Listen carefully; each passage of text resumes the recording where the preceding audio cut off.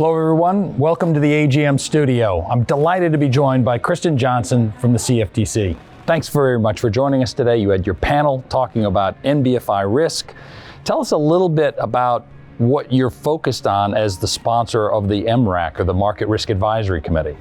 Scott, thanks so much for having me. This is one of the most exciting conferences that I've been able to attend this year. You mentioned my panel earlier on non-bank financial intermediation. That has been one of the most thoughtful conversations I've had on the topic. As sponsor for the Market Risk Advisory Committee for the Commodity Futures Trading Commission, I'm really mindful about global market risk and thoughtful about how we at the CFTC can be partners and collaborate, coordinate. In fact, I think Sarah Breeden described it as a coalition of the willing to come together and think carefully and critically about the role we can play in managing market risk for registered market participants, for us at the CFTC, and more broadly across markets. One of the issues we talked about earlier today that I think the Market Risk Advisory Committee is very well positioned to continue exploring is the questions surrounding margin transparency and procyclicality. These are endemic questions that have become even more ripe as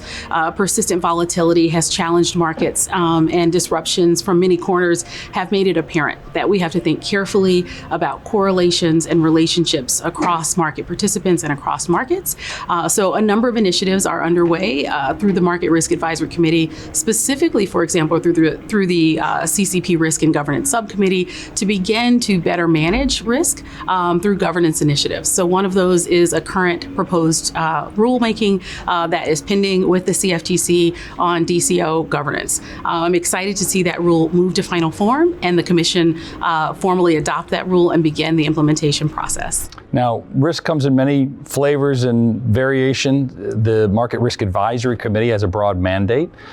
You had I believe a committee meeting a couple months ago, right? I was actually able to participate in that, and there were a whole host of issues. You had crypto, you had climate, you had all these other kind of things. So what's on the broader agenda for the MRAC? Thanks so much for asking that, because we are hopeful that we will begin to get suggestions, feedback, and participation as we finalize membership for the 5 subcommittees of MRAC. They include, as you described, one that will be phased out as of next month, actually, after tremendous service. The interest rate benchmark reform subcommittee will close out its service, and we hope to honor them at our very next MRAC meeting.